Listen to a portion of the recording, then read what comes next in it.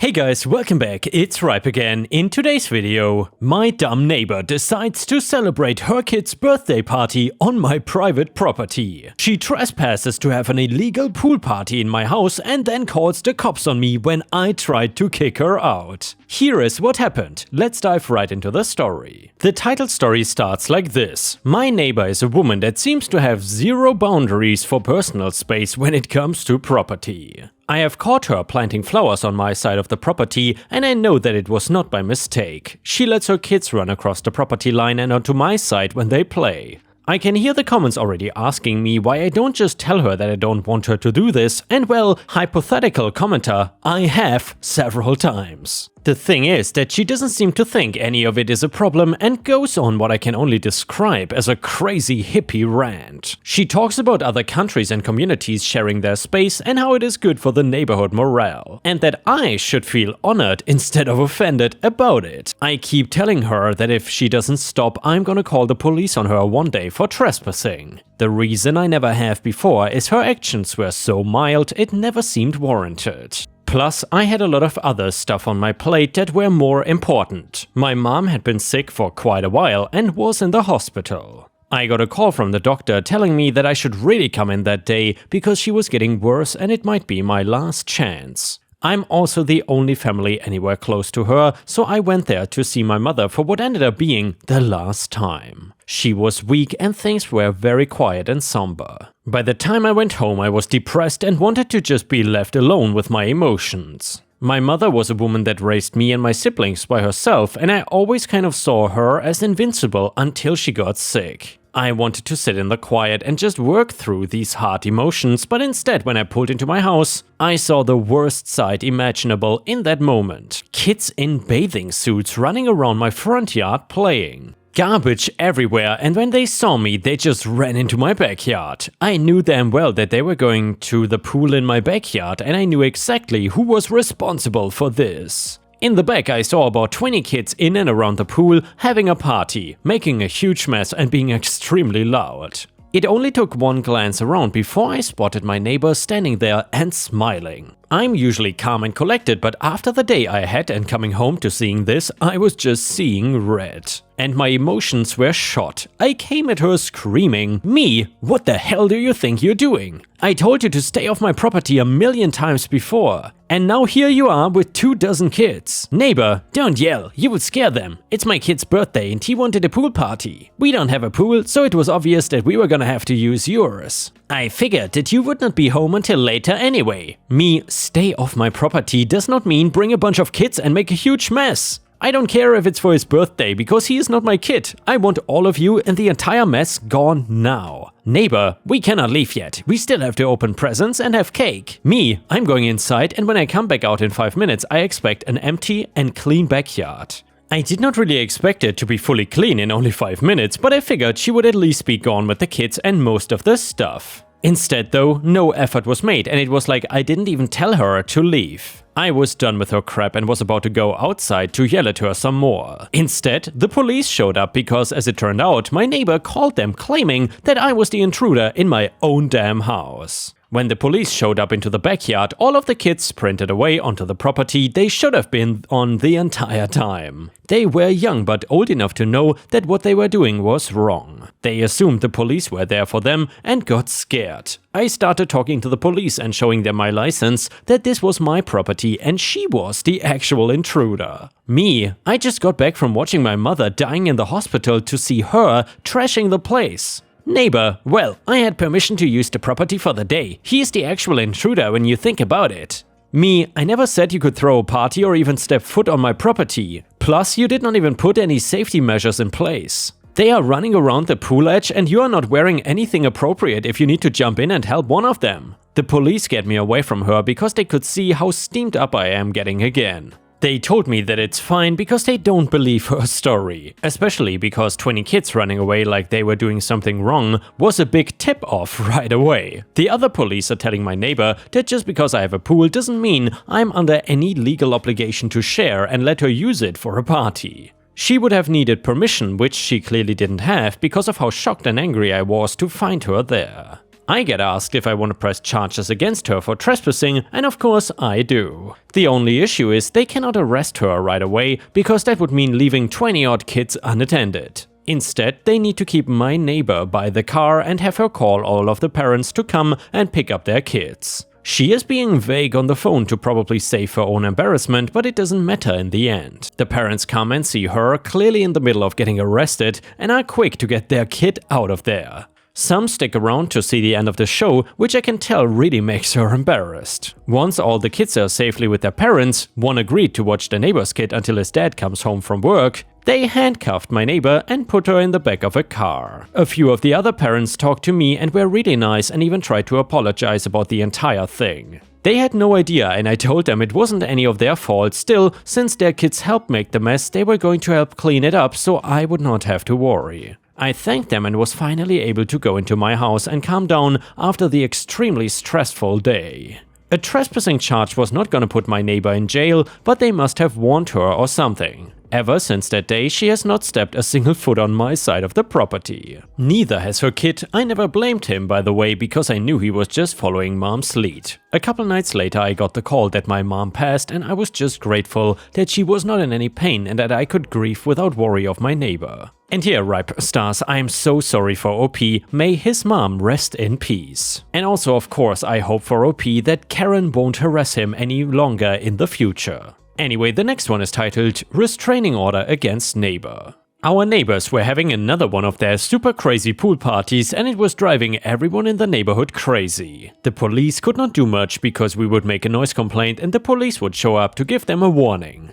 Things would maybe get quiet for 30 minutes or so, but then the partying would start again. Over time, some neighbors began to give up and eventually some even moved away. This was especially upsetting for my mom when one of her friends who lived on the other side of our neighbor moved away due to our horrible neighbor. So then my mom finally had enough. Once the party finally seemed to wind down at around midnight and guests started leaving, my mom marched straight up to the female owner of the house. We will call her Lying Sally because she is a pathological liar, and warned her that we will start calling the cops on them more often if they don't stop.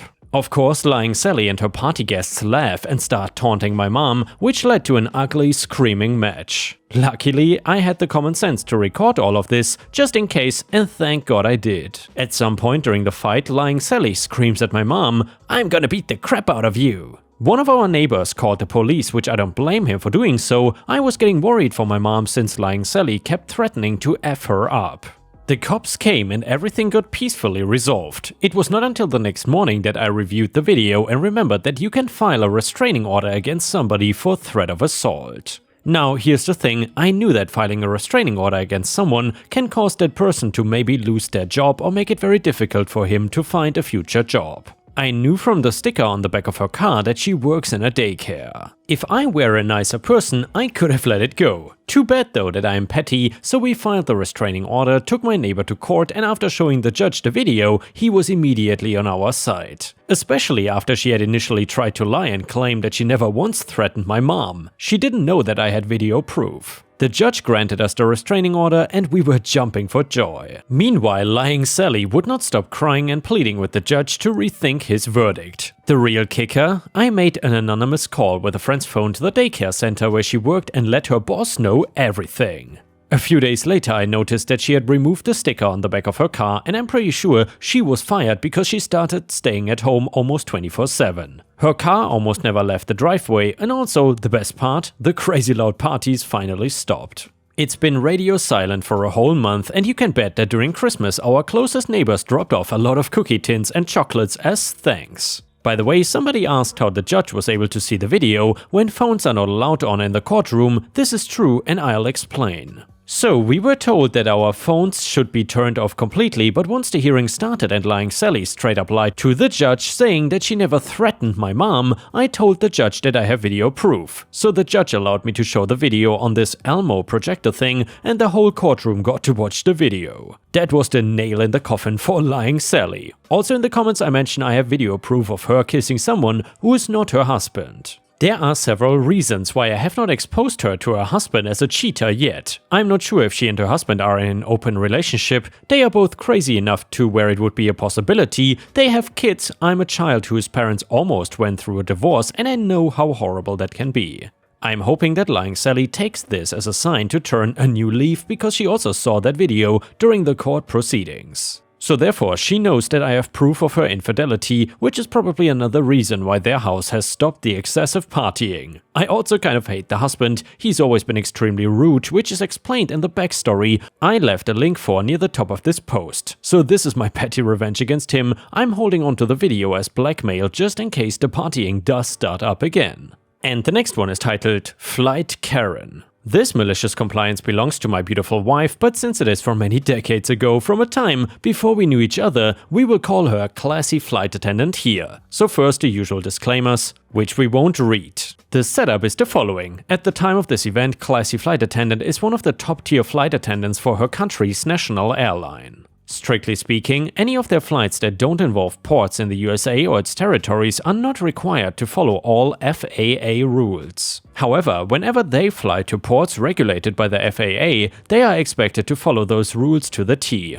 Of course, it doesn't always work out that way in practice. On this occasion, Classy Flight Attendant has just landed from Europe at her home airport in South America, only to learn that she is being turned around for a round trip to New York City. She of course protests, but by the time she lands in New York, she will be well outside FAA test period rules with all the consequences that could follow. Her supervisors don't care, they need her on that flight right now, and away she goes. But she knows the flight to New York is not the real problem. It's the return trip that will be pure misery. Her compatriots flying home from New York tend to be extremely entitled. They are coming from New York, and that makes them somebody now. They will refuse drink service when offered, and then when the flight attendant is 3 or 4 rows further along, push the call button and order a drink. They'll keep an attendant hopping back and forth the whole flight for stupid little things many of them thinks they could actually do for themselves. Classy Flight Attendant is tired and knows that dealing with this entitled crowd on the return trip is gonna be the worst.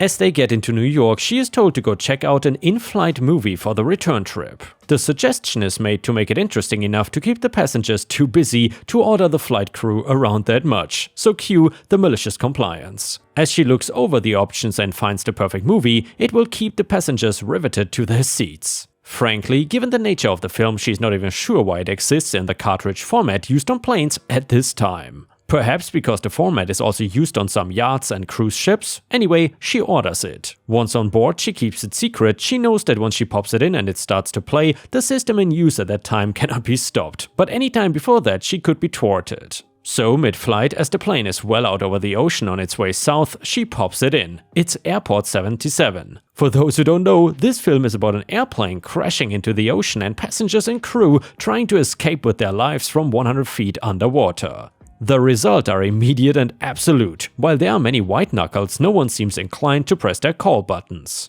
And Classy Flight Attendant has a very quiet, uninterrupted rest for the remainder of the flight home. The aftermath, as she is deboarding, one old lady is heard to say that she will never fly national airline again. When called on the carpet for her movie choice, Classy Flight Attendant feigns ignorance, claiming to have thought it was the much more comical Airplane movie and that the name was lost in translation. She is given a 3-day suspension, which is for her a much needed rest. Oh, and by the way, she'll never be allowed to pick the in-flight movie ever again. And yeah guys, you know, usually I really feel for flight attendants because they have to deal with so many entitled people, and usually they are super friendly, or at least they have to pretend to be friendly and happy. Definitely a difficult job. And the next one is titled Revenge That Ends Relationships. This happened about 20 years ago while I was working as a computer data center systems administrator. My team is responsible for landing new servers in a data center and keeping them running. An important note, this data center has a very distinct smell of an odd mix of stall air, body odor and the smell of someone using a soldering iron. This air is recirculated every 7 minutes due to the large air conditioners, which were about the size of 8 to 10 minivans for this particular small data center. For those that have not been to an old-school data center, they are very loud and the air systems never turn off. I don't believe much, if any, fresh air ever comes in. At this point, I've been in a stable relationship for 7 years and perhaps not the best time, but definitely not horrible. One day around 8 AM I got a call that a set of servers was having issues and that the junior admin was attempting to recover it.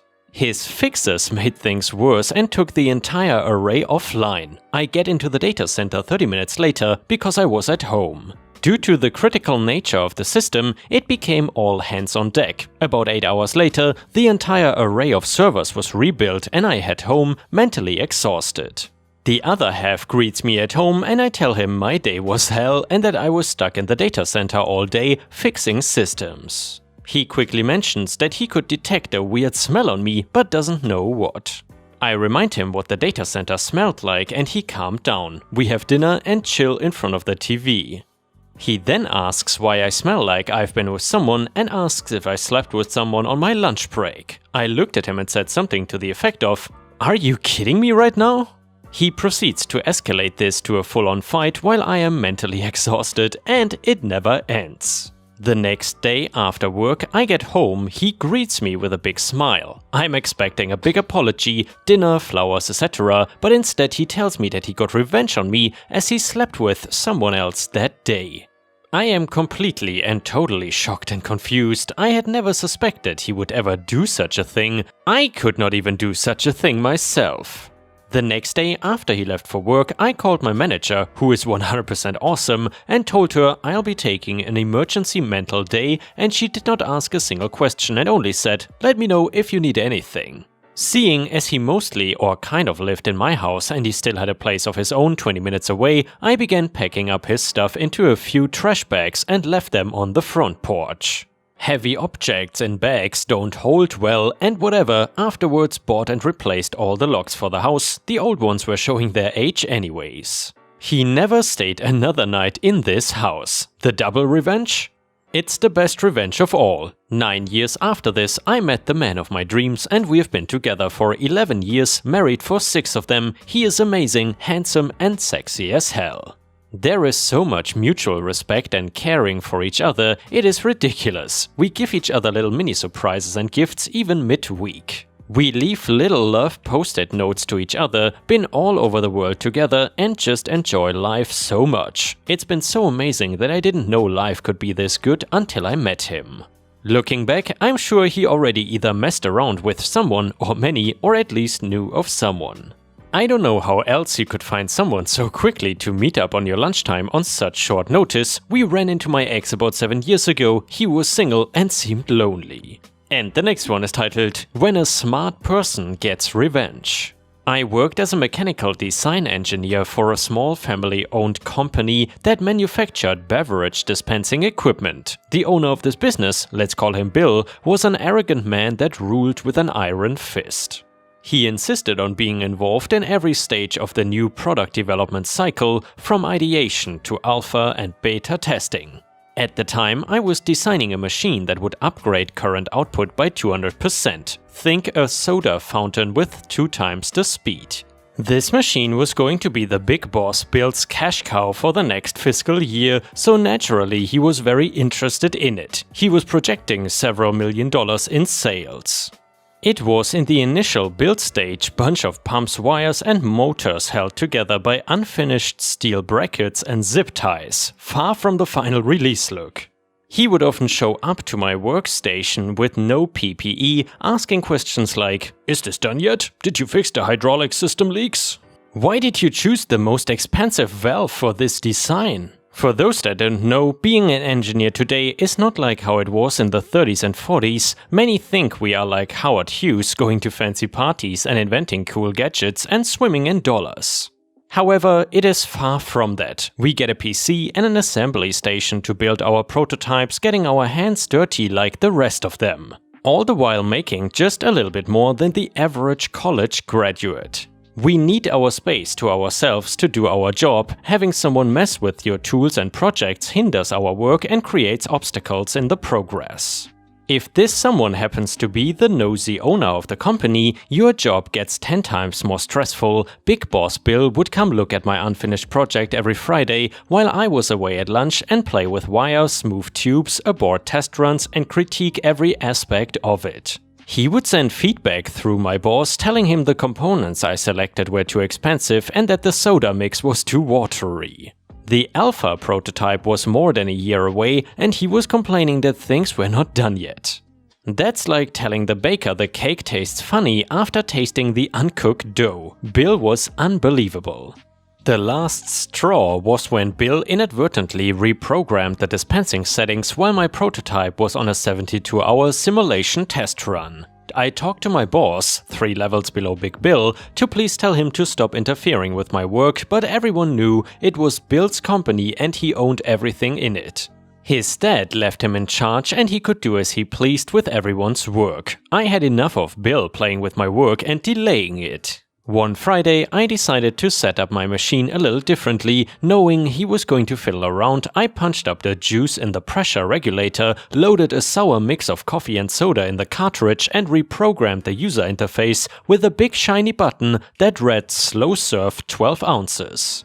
I rerouted the dispensing tubes to point directly at the person standing in front of the prototype. If that was not enough, I installed a diffusing nozzle to it so it can spray him for maximum carnage. You would not go touching an open breaker panel while the electricians work on it. Why would you go fiddling with a partial commercial product build? I wanted to teach him a lesson.